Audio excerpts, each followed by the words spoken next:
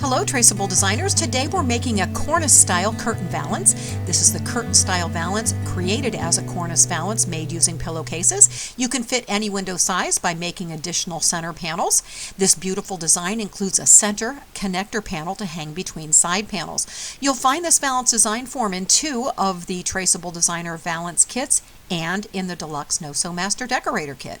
To make this unique valance design, you'll need a 100% cotton dual fabric pillowcase. These are the king size pillowcases. We're making 2 separate side panels and a panel connector to hang between the side panels. So this has a cording around all edges. So along the long side only, on both sides, you'll just cut along the cording to remove the edge trim so that you can open the pillowcase and then run an iron across the pillowcase to flatten it. Now I've already made my right side panel, so we're making the left side panel. This includes a rod hanging pocket, and we need to make sure both of the side panels match. So when sizing your side panel fabric, you need to keep a couple of things in mind. First of all, I'm using a 6-inch wide solid color, and then I'm doing a 23-inch wide panel. So when I'm positioning my design form over the fabric to size it, notice that I have the fabric turned right side up because that is what will be facing out on the left side, and I'm trying to center the design form over the bird design. So we need to leave enough room on top for our rod hanging pocket. This is very important. So you've got that section above, so you'll slide that up to make sure that you keep that in mind when you're sizing your fabric. So we want to have enough of the green fabric here on the left and a wide enough piece to cover the 23-inch wide panel once cut out, with about a 2-inch excess around the outside. So I'm cutting over to the 24-inch mark, and then I'm making absolutely certain that on the left-hand side, on my green fabric, I have about an extra inch of room for placing my design form once I've added my lining. Now that the fabric section has been sized, we want to capture our print, which is why the front of the fabric is facing up. Then we're going to flip the fabric upside down because we're attaching the backing to the back side. And then we're going to also reverse the design form so that is upside down. So we're going to start figuring out where our placement will be for the design form. So we have to leave plenty of room for our rod pocket up above. We're also going to measure off that right side of the panel here for the 6-inch section. You're going to put your tape measure right over the center of the seam and mark over 6 inches. That's going to be the right side placement of the design form. Then you also want to hover over your bird print or over your print to make sure that's placed properly. Of course, leaving plenty of room on top for your rod pocket. So now that I have the bird design captured, I'm going to align my design form along my right side marks, and then I'm going to slide it down to where I will have plenty of room to trace below. And I also am trying to figure out where I'm going to place my marks to position my heat and bond on the back so that my lining is positioned below the rod pocket. So I've got the right side aligned, and then I'm going to place marks across the top of my design form so that's nice and straight, and then I'll be ready to attach my fusible backing.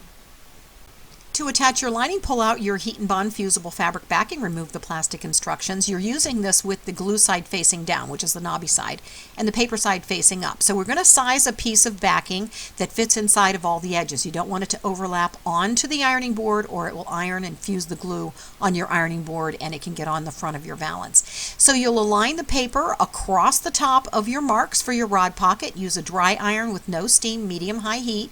And then use a sweeping motion out left and right from the center and then down. Do not go all the way to the bottom because we're going to size the paper on the bottom, or at least I'm going to do it that way. You can cut it all at one time before you begin, but I find this easier. So don't iron all the way down to fuse it, and then just fold the lower section up to keep that inside of the edges, and then just cut across the bottom to remove that excess. If you iron down too far, you won't be able to remove the excess from the bottom. So I have a little margin around the edges, and I'm just completing the fusing of the paper to the back of my fabric section.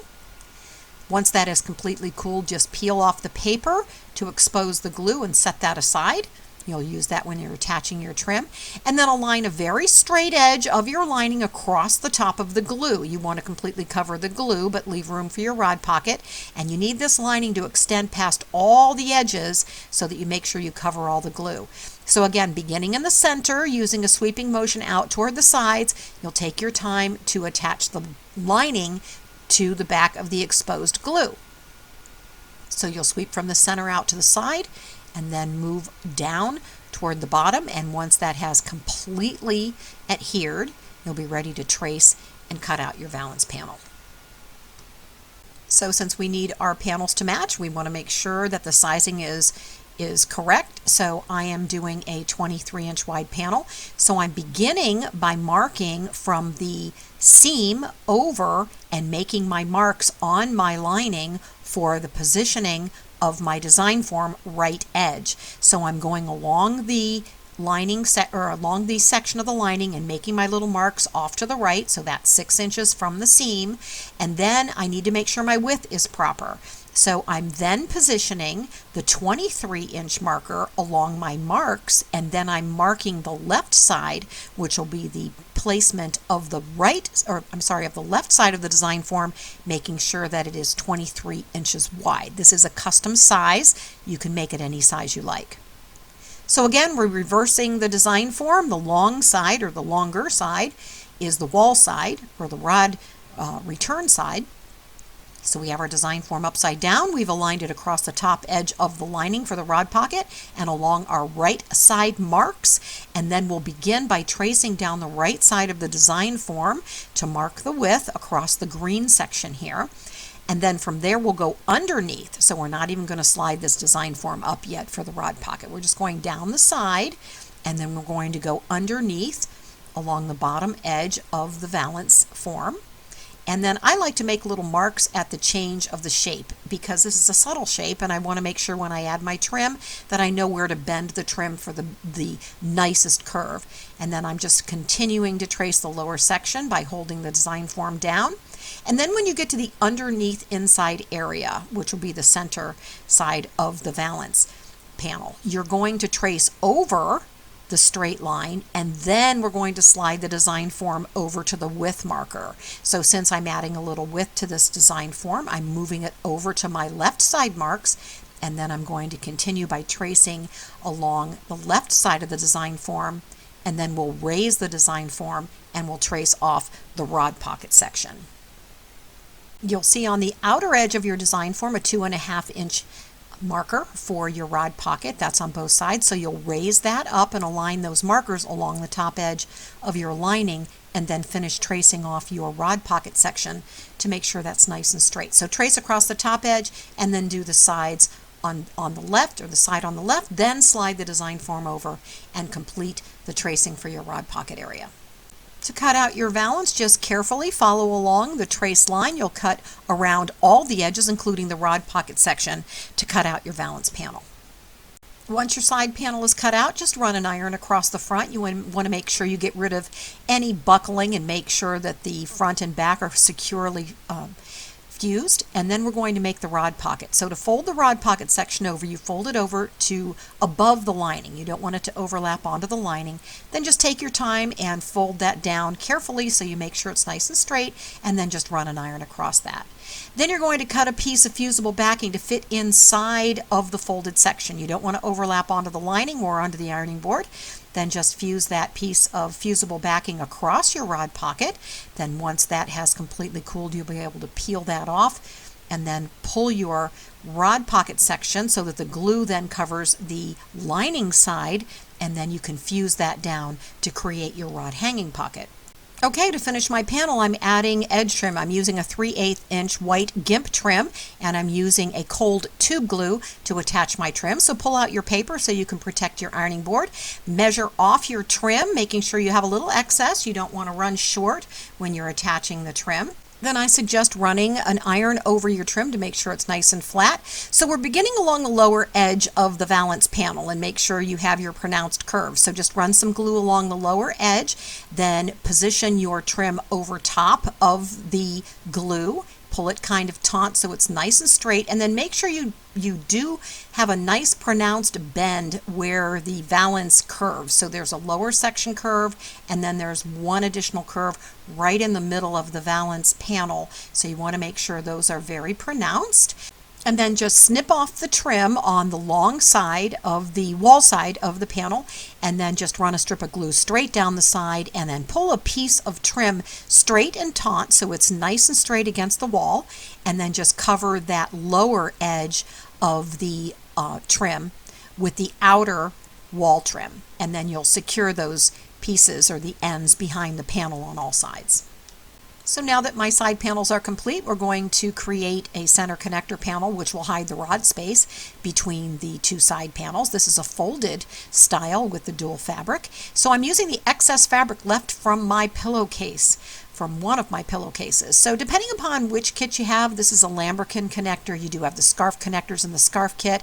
Depending upon what you can have a selection of connector panel design forms, but I'm going to manipulate this main form to create a center connector panel, and I'm using the excess fabric from my side panels. So I have a little piece here that's about 17 inches wide of the bird print, so I'm going to remove the outer cording the same way I did for the side panel, and then I'm going to use the contrasting green on the back as the lining.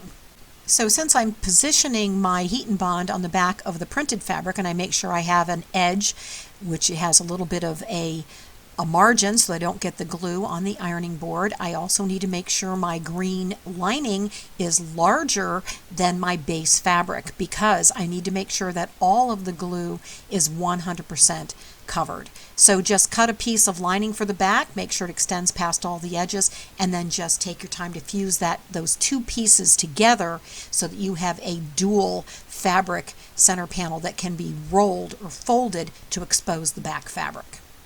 Then just flip your fabric over and make sure you get rid of all the buckles. Run an iron across the front of the fabric section to make sure everything's nice and flat. To cut out your panel, you'll fold it in half and make sure you line the fabric up. Also make certain that the print direction is correct. You don't want to cut this out and have your print upside down. So I'm measuring over 8 inches from the fold, and I'm marking my panel. This will be the width of the panel. It'll be 16 inches when it's open.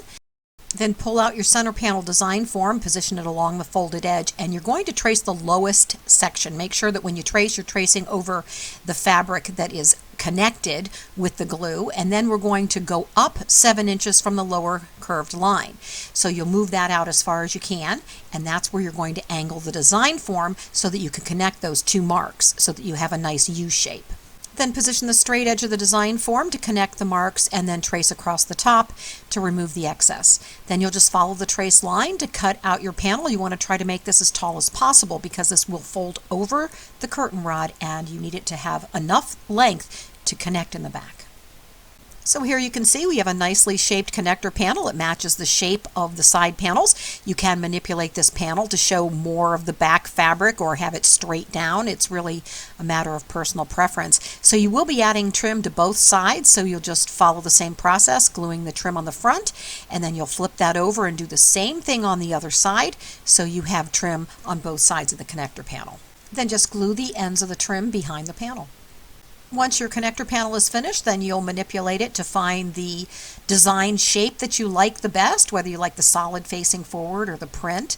And then you'll need to also know how long you'd like the panel to be, whether you'd like it to fall below the bottom of the side panels or match up with the lower edge.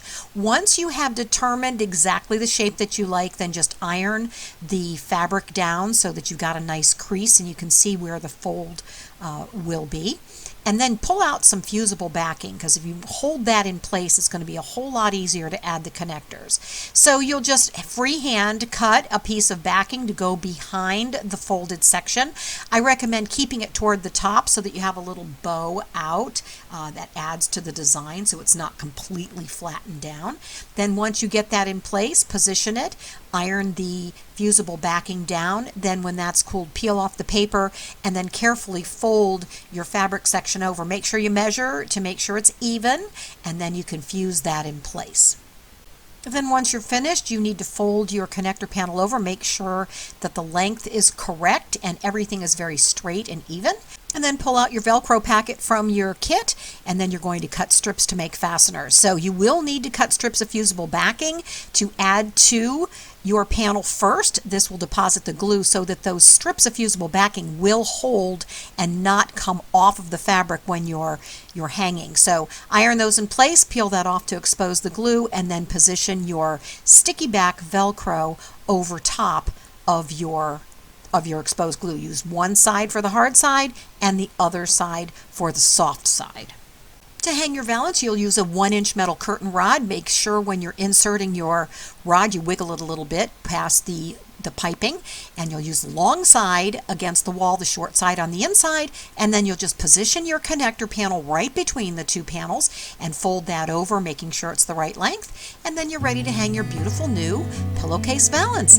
Thank you for joining me, Traceable Designers, and remember, you can always make your mark with Traceable Designer.